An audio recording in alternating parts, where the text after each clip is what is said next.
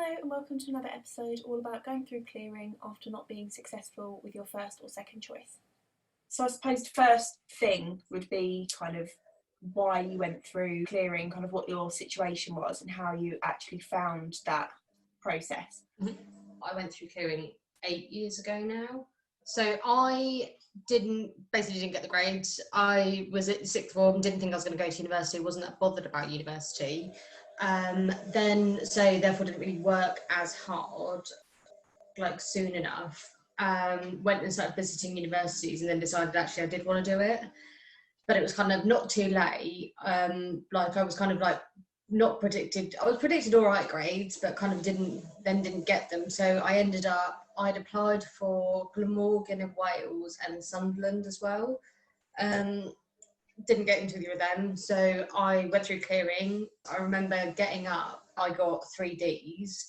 And I remember walking up into Elliot's room kind of like in tears, and he was literally coming out of his bedroom like, what are we doing? And I'm like, I want to go to university. He's like, you're the clever one out of us.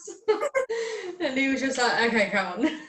That's kind of my main memory of results day, and kind of the whole process was quite easy then, because you kind of then just applied, put all your details in.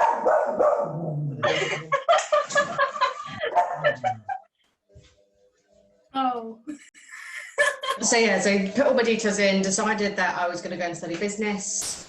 I don't really know why, because I didn't really know what I wanted to do. So it's kind of like, well, I'll do business because every company has a like kind of field within business that is needed, whether that's marketing, administration, economics, and kind of then me ended up in HR. Decided to do that. Then it's the waiting bit that I found the most difficult. Yeah. Because it was kind of like you apply for all these universities second time round, and then you're basically waiting to see whether you meet their clearing criteria as well as kind of their actual criteria. There's that pressure of thinking, oh, am I good enough? I know I've not been good enough for 2 universities that I picked originally, therefore will someone else have me? 3 universities rang me back. The 2 that I ended up getting places at was Canterbury University and the University of Chichester. Canterbury rang me first, and I mean, you know me, I can't make a decision to save my life. So it was then like, okay, but can I call you back? And they were like, yeah, we won't, you don't have to accept it now. Obviously, there is a time limit on it, which kind of just adds a bit of pressure as well. Yeah. And then Chichester rang me, and I'd accepted Chichester before even realising I'd kind of done it. Yeah. And in a way, I think that was quite a bit of a blessing in disguise, because the way Chichester's made is it's a lot smaller classrooms. It's almost like not college, but because it's a step up from college, but there's that more accountability. I would have got lost in a system if I had 400 people in a lecture theatre, because there was no accountability of if you didn't turn up, no one checked where you were. If you didn't hand an assignment in, it was just kind of like, okay, you don't get graded on that, etc. Whereas at Chichester, it was very much if you didn't turn up, you had to explain why you didn't turn up. If you didn't submit a grade, you then had to have a meeting, etc. For Canterbury University, I had a clearing hotline person ring me. And then for Chichester, I actually didn't realise at the time, I had the head of the business school ring. And whether that was because it is a smaller university or the business school is kind of like one of their main functions, because at Chichester you either kind of go to teaching, musical theatre or business.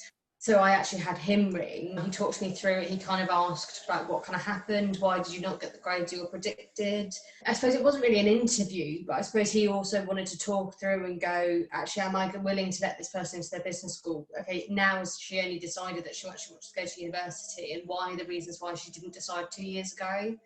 And I mean, I am a planner, so I like to plan, but also it's kind of like you work so hard at your GCSEs to then go, right, I need you to do another 2.5 years of full-on studying at the same time.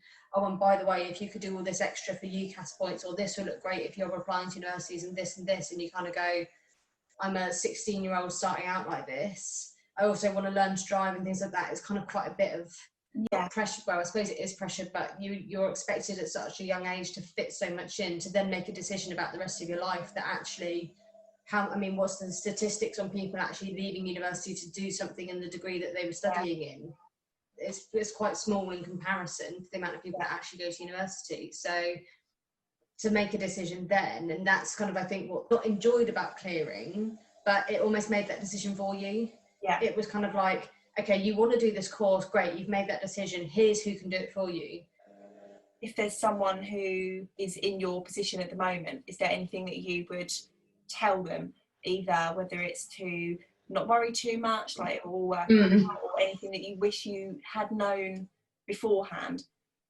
I suppose probably, yeah, don't worry about it, because I thought having to go through clearing at the time was the fact that I'd failed. You've not got into university, that's it. I worked in a shop since I was 16, so in my head I thought, well, that's going to be the rest of my life, and that's not what I wanted to do. I wanted to go in, it's going to sound weird, but I wanted to put on a suit every morning or an outfit every morning and have that Monday to Friday 9 to 5 kind of reality. At the time in clearing, I thought that was it. I was never going to get that reality. I was never going to get the chance to, I suppose, like, be like Dad, like have that in 40 years time, owning my own business. I never thought, because I was going through clearing, that was going to be an option. But I mean, now having been through it, having graduated, having now completed my kind of master's level in HR kind of thing, it's now like, no one has ever asked me how I got into university. Yeah. No one's ever gone, did you go through clearing? Yeah. So it doesn't matter. Yes, at the time it feels like the end of the world. It feels like you've just been rejected into the biggest thing that you've wanted to do with your life. The only thing that people ask me about my school life is whether I've got B's in English, Maths and Science. Not even science, it's just English and Maths. I need to have a minimum of a C grade. That's it.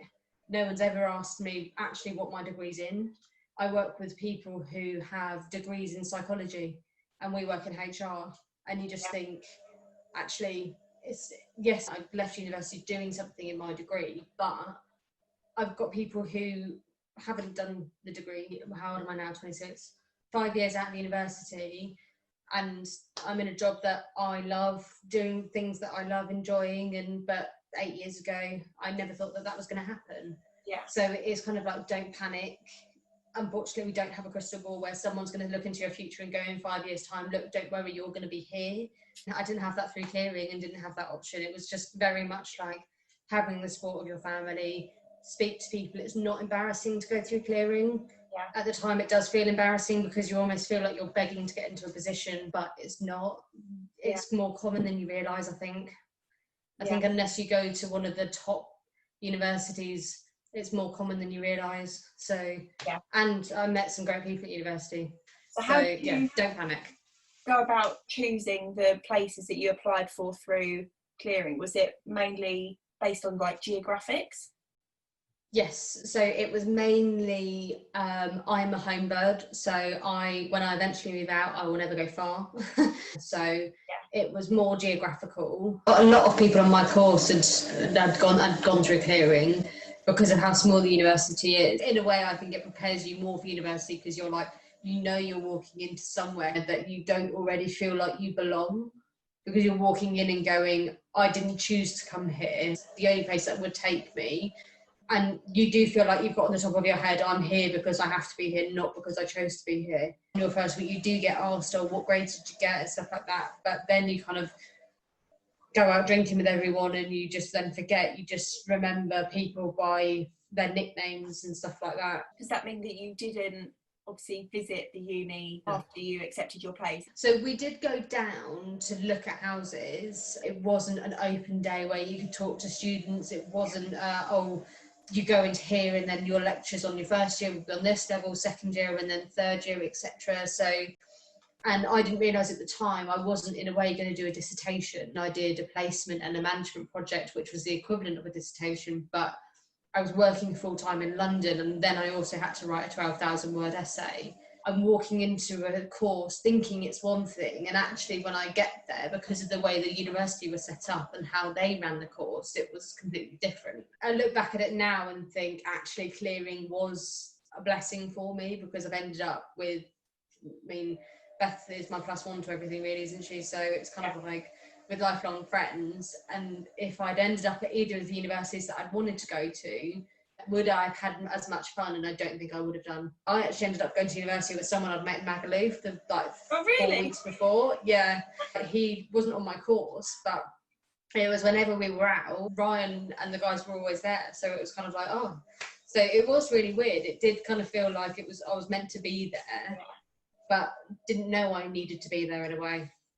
So I'd like to say thank you to Amy for sharing her experience, and I hope you found it useful.